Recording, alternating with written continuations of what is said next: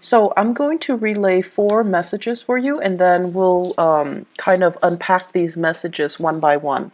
The first thing here is they mention here a falling out that can be easily avoidable. Okay, so I feel like it's requiring you to be patient, and I know that during Mercury retrograde period, which is going to start on the 22nd and the 23rd of this month, some things can kind of slip out. We can say things with the wrong intonation, with the wrong emphasis, and it can sound a lot harsher than it should be. Or other people can misunderstand or misinterpret things that are said. So communication, it is really, really pertinent for you guys to try to tone down a little bit, okay? So that means being mindful about what you're saying. Don't say things when you're a little bit stressed out, when you're angry, when you're not operating at your best, and especially when you're frustrated, okay? It's just not going to lead to it's going to lead to a lot of misunderstandings. So if you can, try to make a conscious effort to do that. The second message that I'm seeing here is thinking about dividing up assets. And I feel for many of you, there's a lot of communication coming through regarding this. Some of you are kind of like doing some, estate planning. I'm giving this to, Bob. I'm giving this to the grandkids. I'm giving this to, Aunt Jane. I'm giving this to the distant cousins. So I feel like some estate planning. And then for others, it's almost like downsizing, giving your stuff away, giving out gifts for those of you who have recently returned from a trip and you bought a bunch of souvenirs. And then for others, it's like taking on requests for people who are telling you, oh, you're taking a trip, this dividing up assets. The third message that I have here is this is a longing, this is an inner longing for many of you guys, longing for the exotic. And I feel like it could be a seasonal thing for those of you who are still, so what that does for me is that it's saying longing for the exotic, longing for the tropics, the humidity, the sunshine, the warmth, wanting to have, opportunities to go out and socialize in an environment that would permit. So some of you are feeling a little bit cooped up, and then others of you longing for the exotic basically means the environment that you're in is a little bit stiff or sterile or a little bit too formal, and you want an environment that is less formal. You want an environment that is a little bit more carefree, and you want the weather and the environment that can cater to that. Some of you are longing to be, especially for those in the northern hemisphere, wanting to be in the southern hemisphere, wanting the smells, the intensity, the colors, the tactile experience of living in a more, I want to say, like underdeveloped world or underdeveloped country, or a country that is a little bit more robust, where there's more music, where there's more culture. So I feel like you're tired of the, I guess, homogeneity of your own culture, and you're wanting to go somewhere else where the culture is a little bit more mixed, blended, and just more diverse. Fourth message here, wanting to evade responsibilities and to self-indulge, to indulge in things, and wanting to, it's like wanting to feel like, I've worked so hard and it's time for me to enjoy it. Wanting to even like shirk off responsibilities, or like wanting to say no to a lot of people that you never would have thought about saying no to in the past. So this actually might be a good time for you to exercise this free will. We do have a lot. I'm not gonna take on this project. I don't want to work with these people, or they're not telling me the whole story. If you feel that nudge, it would be in your best interest to possibly say no. Or you can tell them yes, but later, or excuse me. So it's within your right to be able to say that, and to give them a timeline when you can reconvene at a later date. It's actually going to be in your best interest, and I feel like it would work out well for you. If you feel like something's off, or you energetically you don't want to take on additional projects, additional work right now, definitely don't, because Mercury retrograde cycles are not good times to start new things. So I feel like you have that going for you. Okay, you have that going for you, working for you. And so taking the time off instead to indulge a little bit, to recoup, to regenerate, to recuperate, it's totally fine. Okay, so let me break down these concepts and see how it relates to certain areas of your life, okay? So first of all, a falling out. I feel like there has been a recent falling out in the past for many of you, and then for others of you, it's like an ongoing, tenuous relationship that you're still trying to unravel. You're still trying to figure things out, and you feel, some of you, the other person feels interrogated, the other person feels attacked, and then for others of you, you feel interrogated, you feel under attack. So I definitely feel there are ideological differences here. One person sees the situation in one way, the other person just sees it in a totally different manner. And so there is a big stalemate. And I feel like it's a source of contention for quite some time. This is not something brand new. For some of you, this is a marriage partner, okay? Like somebody you were once married to, and now you're thinking about divvying up your assets. So the first and the second messages are kind of blended in with this one falling out, so some significant turning point in a major relationship. For others of you, squabbles with siblings, and this time it's a little bit more, it's like, you know, we have squabbles with siblings most of the time, but this time I feel like the sibling is out of bounds. I feel like if you have that sibling, they're out of bounds. They're doing something that you consider to be very inconsiderate. At other times, you know, you love them, so you wouldn't really say like, oh, you're being inconsiderate, but I feel like this is the month where that temper might flare up. It's going to come back together. So that's not, you know, if it's a sibling, I feel like it needed to be said, because I feel like they're taking advantage of a situation, and you kind of need to set the record straight for them, and you kind of need to draw that line in the sand, because they're not really aware of how you're perceiving them. So I do see that coming through. And then for others of you, it's playing out in your work environment, okay? Um, there is a person in your work environment here, and this is like a career, you know, like a supervisor, a person that you're like a coworker, supervisor, or somebody that has a lot of skills, a lot of expertise, and a lot of experience under their belt. So my advice for you guys is, if you're approaching this person and you're asking them for some, you know, technical expertise or guidance, just know that they are an expert in their field. Okay, so that means they're in high demand. Their time is very, very limited. And so they're going to tell you everything that they know in a very short amount of time. That I see somebody who's talking really, really fast, and you're just like, you're spinning in circles, because you're having a hard time. You're having a hard time retaining all the information. That's just what it is. And I also feel some of you might be interrupting the other person, and they're not taking kindly to that. So if they're saying things really fast and you're just like, wait, I feel like there is definitely miscommunication here, and you have to let the other person finish up their train of thoughts, because all of your questions will be answered if you let them finish up, you know, like their spiel, their that's their area of expertise. They've already anticipated some of the questions that you will have, and they're addressing all of them, and they will take the time to address all of them. So the best thing is listen and don't interrupt, because there's going to be ego flare up with this person, okay? I'm feeling an air sign here. Aquarius, Gemini, and Libra. I see a very strong feminine air sign, so like a female air sign. And I feel like that's somebody that is heavily in your work. You're either working in close collaboration with them. They could be a supervisor or somebody who's giving you a lot of technical information. And you need to kind of like just let them do their thing. Try to absorb as much information as you can. Show them that respect, because I feel like they don't like to be interrupted, okay? They're really going to help you in your work environment, but I feel like the relationship needs to start off on a good footing.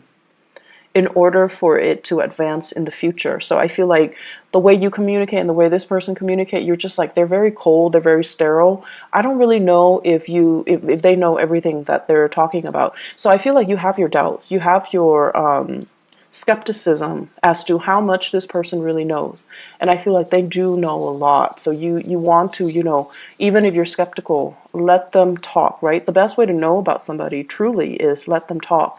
And through listening and hearing, it's very revealing as to how much someone really knows. So, use that same tactic when you're approaching this person. What I'm also feeling as well is you're in a work environment where there is a lot of communication. It's like you're a salesperson, or you have to disseminate information. You're required to think on your feet, to talk really, really quickly, and to be very, very assertive. And I feel like for many of you, that assertiveness is not being utilized. So I don't know why that is, but I feel like you need to really stand your ground, and you need to be very assertive, and you need to, for us to be very assertive, we have to know what we're talking about, right? I feel like for you guys, it's really hard for you guys to fake it. Like air signs, it's really easy for them to fake it, even if they don't know something. They command a situation. They're very, very authoritative when they talk, and they can convince, anybody of anything. But I feel like for you guys, when you're not sure about something, you don't want to just say it. But I feel like in the work environment, you have to pretend that you're sure of what you're saying. When you waver, that's when, the clients, the customers, the people that you're dealing with, they're going to overstep their boundaries, or they're going to see that as a weakness, and they're going to use that against you. So aiming to be a little bit more curt, to be a little bit more authoritative, and to really stand your ground, and, don't waver, don't falter. If you're not sure about something in that moment, pretend like you know, and then go back and do the background research or do the follow-up. Okay, so I feel like your ability to really assert yourself, to really stand firm, and to take control of that situation so that the other person cannot bully you or cannot pressure you, that is really, really important for this month. The dividing up assets also ties into that idea about, needing to be very assertive, needing to stand your ground, needing to not let people walk all over you, and to compromise on things that are important to you. That is crucial, okay? So don't be that doormat, and don't let people think like, it's like they're saying here, don't let people run circles around you. Okay, it's like they're throwing a lot of information at you, and they're trying to catch you at a point where you're frazzled and weak. And whatever they say, I feel like it's pertinent for you to filter out the information and to capture the stuff that's important, because I feel like you're getting sensory overload or information overload, and you don't know what's important. You don't know what's relevant. You don't know what's like irrelevant. So finding somebody that can really help you with, the whole process about disseminating or retaining important information, that's going to be very crucial. So I have here, going off to the third message, there is going to be an expansion in the work environment where you are dealing with exotic people. I'm seeing a lot of people of Middle Eastern, like I'm seeing that Central Asia, Middle East, the Mediterranean, and also North Africa. Okay, so like people from those areas where there is a mix of culture, like Middle Eastern culture, even North African culture, and a little bit of European influence. So I'm seeing like a lot of exotic people coming into your work environment, or you're communicating or dealing with them extensively. And I feel like there is a sense of you being very mesmerized, very taken in, very happy dealing with these people. So make sure you remain or maintain that professional distance, and as well make sure that it's like, don't let people run circles around you. Okay, they might try to charm you, try to get a good deal, or try to get you to do favors for them. You're very good at sniffing these brown nosers, you're really good at identifying them, okay? But I feel like they're flattering, and you're also quite enamored with them. And I don't feel like it's just romantic partners. It can be, but I feel like it's more clients, more people that you're coming into contact with. It's different, it's new, and it's very exotic, and it's exciting, and you're going to want to please. You're going to want to please them. You're going to want their business. You're going to want their friendship. You're going to want their company. So just make sure you are not blindsided, okay? I'm also feeling as well, they say like favors, okay? People asking you for favors and stuff. Pick your battles. And especially, if it's not something you can't do, learn to say no. It's within your right to say no, all right?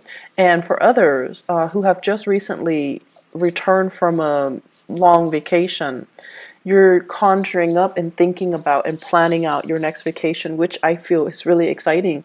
And it's really good to see you guys. I love it when I see like a lot of earth signs traveling. It's good for you guys to, I want to say uproot and, be a transplant, because you're going to be learning a lot. And I feel like, if while you're able-bodied, travel as much as you can. That's like one of the best things that we can do for ourselves as a member of the human race, to learn from others, to experience new things, and to do it while we're able-bodied. So I see a lot of planning here for many of you, and it looks really, really good. The fourth thing and the last message, wanting to evade responsibility and to indulge in a little bit. Work environment, there is a major slowdown, okay? So like there is a major slowdown, and you're kind of sitting there twiddling your thumb like, what do we do? There's a lot of people working, so that means the it's like full employment. So wherever you're working, there's a lot of people. There's work, and everyone is chipping in to get the work done. So no one's working overtime. No one is like stressed out. No one is burnt out because, the work is getting done. And so you might be very efficient with your work, and as a result, you're just like, I already finished. And you're sitting there like thinking, what's next? What am I going to do now? I'll go for a walk. I'll take a longer lunch, and so on and so forth. And I feel like if you're in a new work situation, the best thing to do is to figure out, like, don't just take that long lunch. Take the initiative to do something else. Take the initiative to even go to your supervisor and just be like, I'm done with my work. Is there anything else I can help you with? Or is there anything else you need me to do? Are there other priorities you need me to take care of right now? First of all, it's going to be very good for you, mainly because it allows you to show your supervisor that I'm done ahead of schedule. I'm willing to help. I'm willing to be a team player. But I also feel on an energetic level, it's allowing you to progress and learn new skills. So if you find yourself, sitting around, there isn't any work done, take the initiative to do more. And you might already, think about, like you're making that calculus in your head. Well, if I overachieve, if I excel, then they're going to dump more responsibilities on me. And it's true depending on where you work, but I feel in this environment, it's a fair trade. It's a fair exchange, because you're learning new things, but you're also, the time permits, right? And then I feel like for many of you, you've got good supervisor. You've got somebody that is fair. But I feel like, once again, don't interrupt when they're talking. Like, just let them talk, and just kind of calmly shake your head, go back to your desk, and then try to filter out what they're trying to tell you, okay? So I feel like it's really important here that that you work with the person that's with you, and you kind of like, if there is free time, take on more responsibilities. I feel like it's going to be in your best interest. It's going to go over well with your supervisor or your superiors. It's also going to let you kind of like streamline ahead of the curve, that learning curve, because you're taking on more responsibility. So it's going to be helpful. Take it easy towards the end of this month. There will be, you know, difficult customers, difficult clients, and overall communication issues. I do see a lot of family gathering that's going to be happening this month, so that's going to bode well for you. Take time to revisit family, okay? If you're choosing, do I travel to see my friends, or do I travel to see my families? You can't really go wrong. But I would say take it easy, indulge a little bit at the end of the month, and, you know, don't let the Mercury retrograde energy affect you too much, okay? Take care of yourself. I'll talk to you soon, and I promise that I'll try my very